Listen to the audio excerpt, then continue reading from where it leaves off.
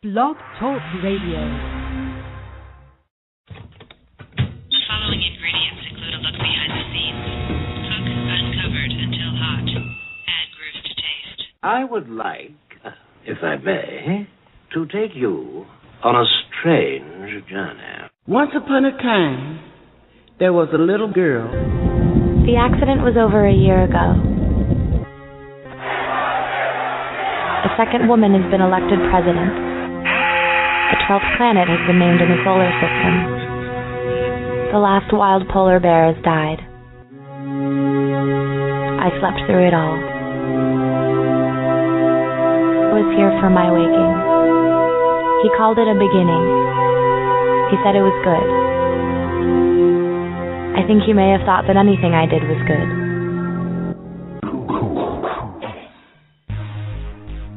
Welcome to Transition Radio, live from Wilton Manors, Florida, with your host, Mark Angelo Cummings, a show for trans folks, by trans folks, here to let your voice be heard.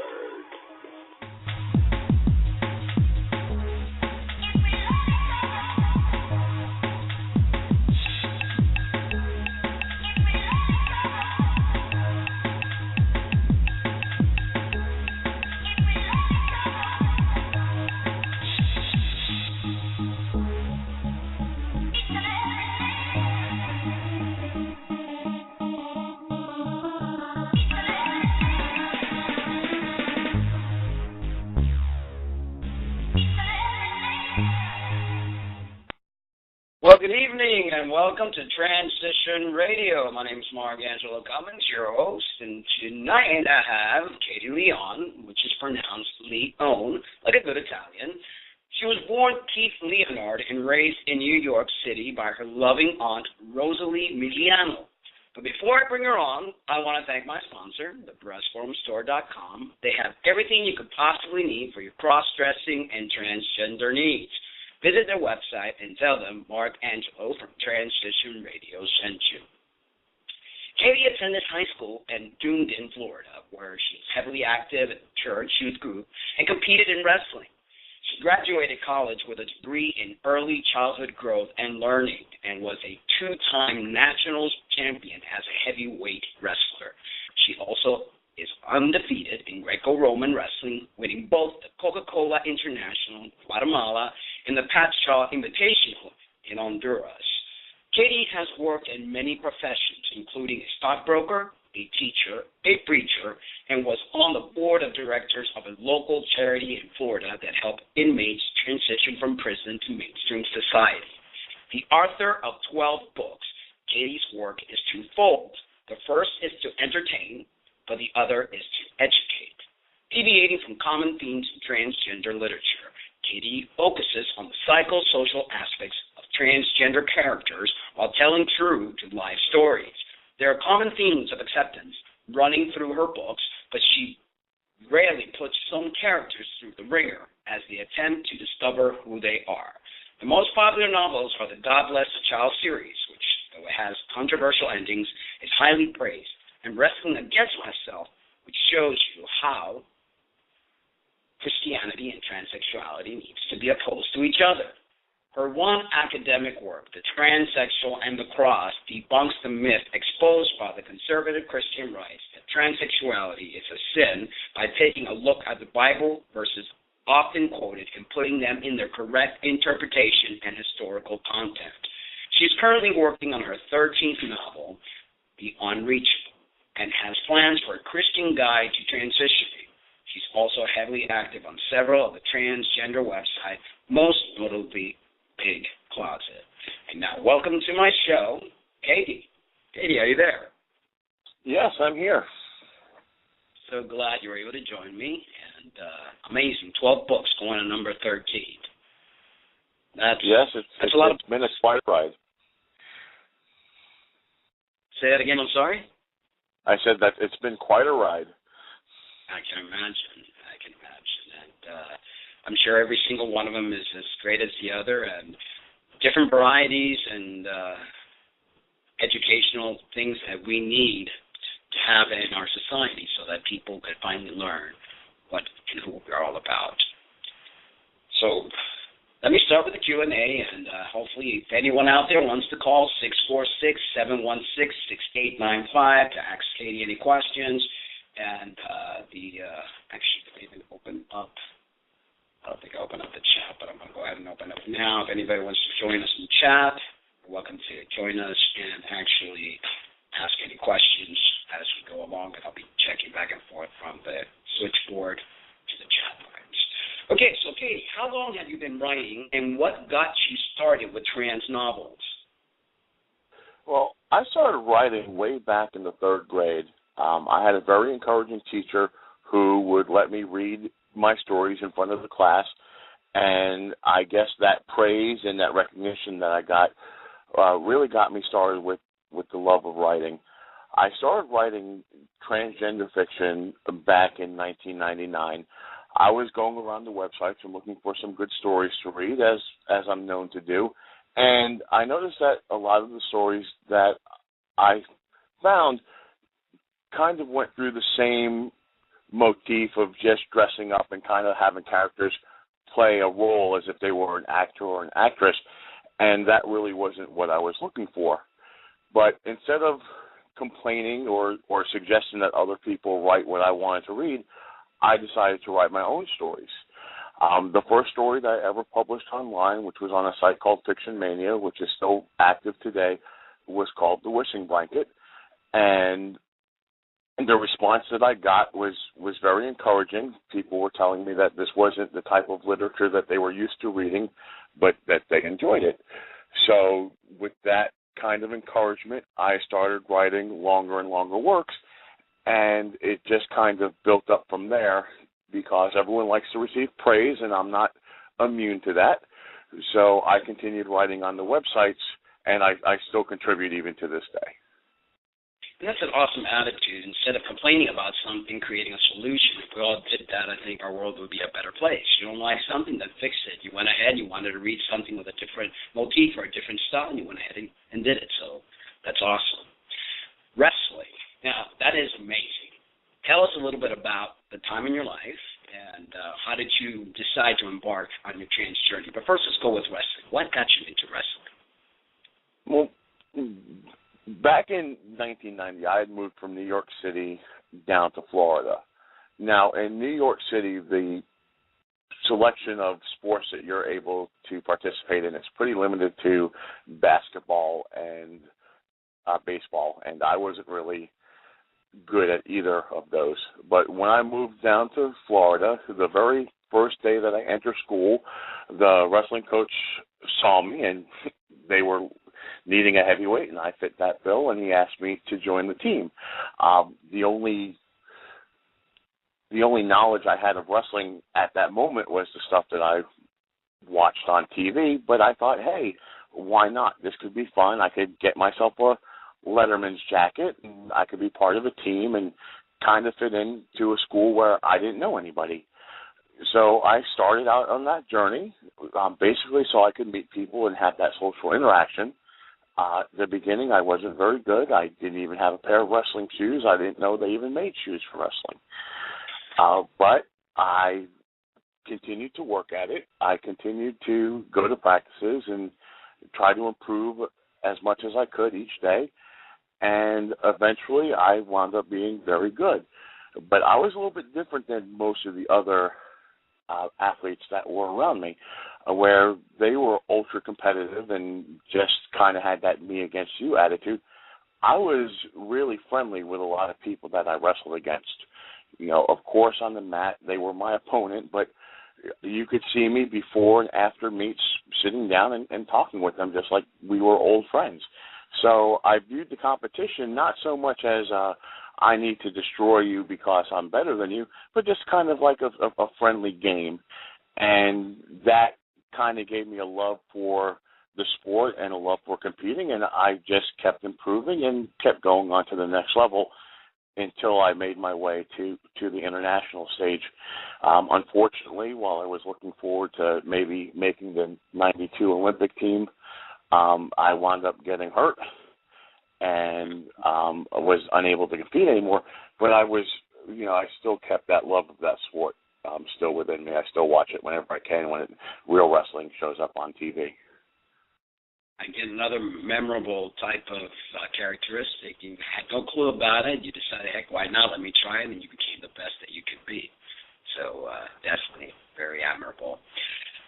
And how did you decide to embark on your trans journey? From wrestling to all of a sudden realizing that you were born in the wrong body. How do you? I think what had happened for me is that I was so wrapped up into the sports world that kind of became my identity for a while. Ever since I was young, I kind of knew that I was different. I didn't really understand how. Growing up, I didn't know the word transgender. I didn't know the word transsexual.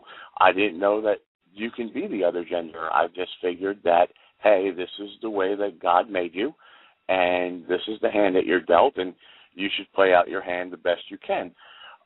Back in '88 or so, they started having more coverage on the talk show networks about transgendered people, and it was a curiosity to me. I kind of was like, hey, that would be interesting. I could see myself doing that, but I really didn't own that. But when I hurt my leg, when I hurt my knee and was unable to compete anymore, it gave me time to reflect on who and what I was. And the more and more I looked into what my desires were and my identity outside of being an athlete was, the more I realized of who I was and what I was. And though it wasn't an immediate decision, I didn't come to terms with being transgendered and then just tell the whole world, hey, look, this is who I am. It was more of a gradual process. A lot of people who are in the athletic world are not as accepting, especially in a sport like wrestling, which is very homophobic, unfortunately. There is a kind of a animosity towards anybody in the LGBT community from other athletes, especially when you got to the higher levels. So I have to be very careful in picking and choosing who and how I came out to people. The fortunate part was that I was very respected for who I was. I was always a very honest and candid person. So people knew that when I told them something, it wasn't me trying to have fun or make a joke out of everything. A couple of years ago, I decided that I could no longer live that duality, that, that person behind closed doors that was me, that was Katie, and that person that I was presenting to the world that was the ultra-masculine, altogether person that they knew as Keith. So I decided to come out to select people at first. I came out to my family, who had a very difficult time in understanding what I was saying, because they always knew me as the ultra-masculine person who, did sports and was successful at that. So they had questions right off the bat, because they were like, well, this is how we know you, not knowing that I was putting on a facade for everybody, including them. After that, I came out to some old friends that I knew from high school that I was surprised about their response. I had expected them to have their doubts, to have their objections, but to my surprise, and it was pleasantly so, they were very accepting. They were supportive, and that made my transitioning that much easier, because everybody, I think, really wants the acceptance of their friends and their peers and people that they respect. And when you don't have that, that kind of puts a little roadblock. But I was fortunate enough not to have that. That's very fortunate, because a lot of people do have those roadblocks. But I think the more visible we are and the more we educate society, the easier it's going to get, and the more and more accepting our friends, neighbors, and significant others and family members will be accepting. You are definitely a multifaceted individual. Out of all the professions you have been in, what was your favorite and why? I think my most favorite was as a teacher. I always liked the idea of guiding people, of molding them, especially young minds. When I was growing up, I didn't have a father figure. I didn't really have a mother figure either. I had my aunt who worked long hours, and I knew the importance of having someone there that could listen and to understand and to answer questions that you had. And that's kind of one of the things that teachers do. A lot of people view teachers as someone who stand in front of a blackboard and write equations on the board and try to teach you just academic stuff. But I knew that as a teacher that I was able to also help people on a social level with understanding life around them. And so I really enjoyed being a teacher. I'm not in that field as an educator now, but I try to do that through my books. I try to educate through them. I have going to be part of a youth summit here in a couple of weeks where I'm helping LGBT youth with coming to terms with where they are in life, and I'm really looking forward to educating on that level as well. It seems very rewarding. Working with the youth is definitely, it's the future. We're helping build those characters for tomorrow, and it's a very important line of work. Tell us about Katie's work and why it is difficult. Well, when I decided that I was going to start producing novels, I really struggled with what I was going to do and what I wanted to accomplish. I didn't want to just be a person who told stories. I wanted the stories to have a purpose behind them. And one of the purposes that I have is to educate the public in showing that transgendered people are not some kind of sexual deviant group that are outside of societal norms. I think it's an unfortunate thing that mainstream society kind of has this view of transsexuals as being over-sexualized people that do things just for sexual gratification, but that's not the case. I think there's a lot of confusion in the mainstream society about what being transgendered and what being transsexual is, and I try to portray characters being true to life, being normal, showing the struggles that they go through, not just the internal conflict, but also the struggles that they have externally because of their transgendered status. A lot of my characters go through the things that transsexuals go through, the bullying, the being disowned by parents, struggling with not only identity but also where they fit in with their peer groups. And I think that's very important that we show the mainstream society that we do have our struggles, but they're not just coming to terms with our own selves, but also where we fit into the whole scheme of life. I also try to entertain. I mean, that's the only way you're going to keep people's focus. So I tell very hard-hitting stories. The one thing that I do well is I create characters that captivate people. In the God Bless the Child series, which is a story about a young transsexual who you meet in the very first book, God Bless the Child, as a 4-year-old who suffers from gender identity disorder. And people really connect with that character, and they have followed her through the third book where she is 10 years old, but they remember her. I constantly get requests for a fourth book so they can follow up on this character's life. And I think that's important that people could associate themselves with a character and fall in love with someone who might not fit their definition of quote-unquote normal, but that they still want to see the best outcome that they can for them. Any romance? I know that you are involved with a transgender male. Any type of books written regarding that? It seems to be a very common theme lately. Transgender individuals, male to female, with female to male, are finding love within each other and embracing that love. Right now, I don't have a romance novel that has an F to M and an M to F falling in love with each other. I do have one planned. I just have to get around to writing it. I do have a working title. It's called OEM, original equipment manufacturer, where it's kind of a fictionalized account of me and my hopefully soon-to-be fiance's life. I fell in love with F to M, and things are going very well with that.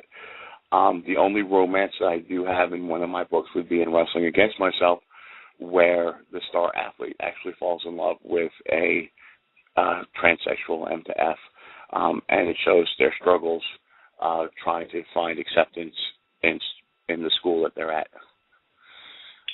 That's awesome.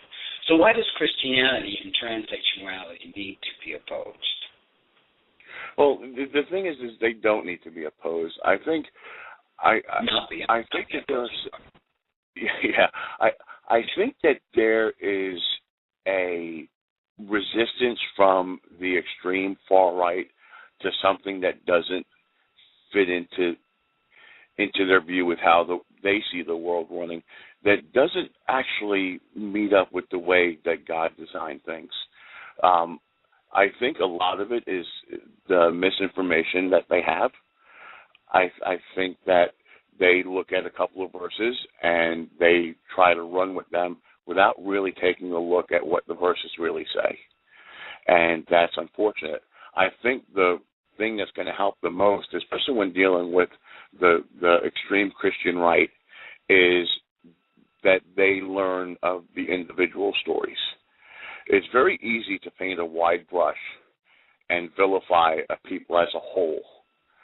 But when you get to know an individual, when you get to know that their struggles and what they had to overcome, I think it's much difficult to view them as evil. And unfortunately, right now, we don't have a lot of interaction between transsexuals and the church, or not as much as I would like to say. A lot of transgender people that I know are opposed to the church, and perhaps rightly so because of the treatment that they have received.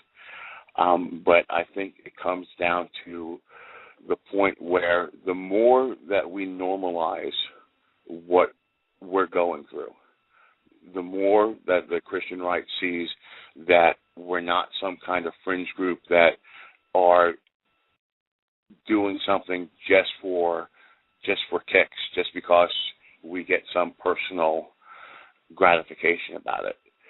I think as soon as they also have to look at what Christ did, and Christ did not judge, and he befriended those that many would think as not normal, and it's all part of unconditional love and acceptance. And I think that's one of the things that Christianity needs to greatly learn, that we're all God's children, and we all are in need of love, and they're almost like preventing us from getting close to God in a way or another.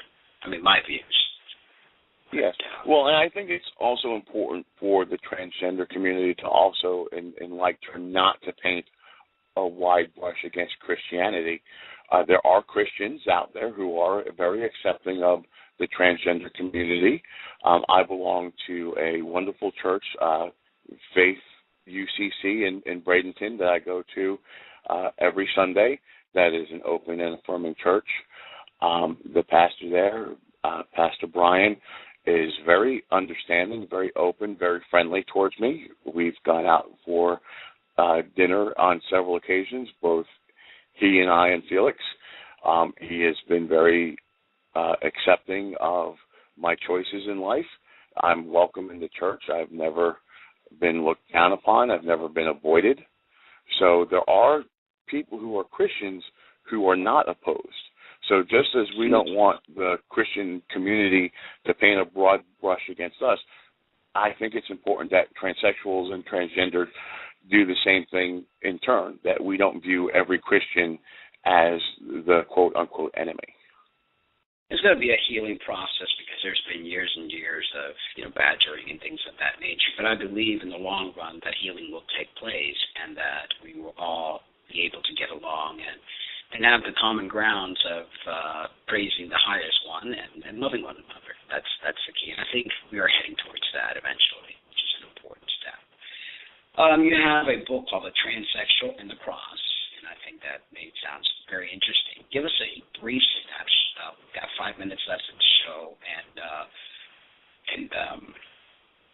if you want to talk about that, or if you want to talk more so about your 13th book. I could briefly touch on that. Basically, what the Transsexual and the Cross attempts to do is to take the verses that the Christian right seems to throw up as to say that transsexuality is a sin, and it just puts those verses in the correct context. I go back into the original language, whether the Hebrew or the Greek, and show the correct translation. A lot of times it's just that the translation was put in the most broad terms and then applied in the most broad way that leads to that kind of confusion. And then your next masterpiece. Right now I'm working on a book. It's called The Unreachable. It should be finished hopefully by the end of the month. It shows the life of a transsexual middle school student, but it does so through the eyes of the teacher. I did that just to show the struggle without showing the internal turmoil. I think that not every story that contains a transgender character needs to be told through their eyes. I think it's also important to show how others should react to what we're going through. That's definitely so true. I also wanted to point out that the Bible does speak about transsexual individuals. I think they're from eunuchs to I think we've been around for many years, and I think once that understanding comes to the forefront, and it's not correlated anymore with sin or lifestyle, that this is who we are, we're born this way, and God created us, I think that's when the healing will finally start to begin. And I think it's something that's extremely important. We all need that connection. We all need to stop judging one another, whether it's transsexuals judging Christians judging transsexuals, or the remainder of the LGBT community. We're all God's children, and I think once we've gone through that healing, this planet will be a much better place to live on. What are your thoughts on that? Like I said, I think knowledge is the key. I really think that as soon as people understand the individual stories, the better it will get. I think right now people believe the myths that Hollywood show and that we see on TV, and that's unfortunate. I think the more people realize that everyday people are trans, that people do question their gender, even people who don't transition. There are people who are transgendered who never get to that point where they're able to transition or they think that it's possible, but that they do have those doubts and those leanings. And I think once society knows personal stories, I think we will be more accepted. I mean, there's stories out there. I'm thinking of Kristen Beck's Warrior Princess, the book that was just published a couple of months about the Navy SEAL who's transitioned. I think when they realize that we have people who are admirable and are also transsexual, that the acceptance will grow. Definitely. Well, if people want to get a hold of you, they could go on the website, and you actually are there on the homepage, and they can click there to see all your books. That's www.transitionradio.net. And thank you so much for being part of the show and being part of the solution. I think the more visible we are, the more educated society will be about us. Thank you so much, Katie, and looking forward to hearing more from you in the future. I appreciate you having me. Thank you. In the trans news, Huffington Post, American Apparel puts out an open call for transgender models. American Apparel, the clothing company that has historically reached out to the lesbian, gay, bisexual, and transgender community, though some have argued capitalized upon would be a more appropriate way of putting it, and marked clothing to pro-LGBT individuals, announced via Instagram an open call for transgender, transsexual models last week. While the company should probably consider its use of the word transgendered versus transgender, American Apparel has in fact used transgender models in the past, notably known like Isis King from American Next Top Model. The clothing company also launched a joint campaign with GLAAD earlier this year featuring an LGBT Pride t-shirt. Well, thank you guys for joining me yet again on a Tuesday night. Stay tuned next Thursday I have an amazing guest, and her name is Emily Brack. And please tune in. Amazing wellness professional who's going to bring a lot of great information to the show. Well, thank you once again. Good night, folks. I love you, but remember to always love yourselves too. Good night.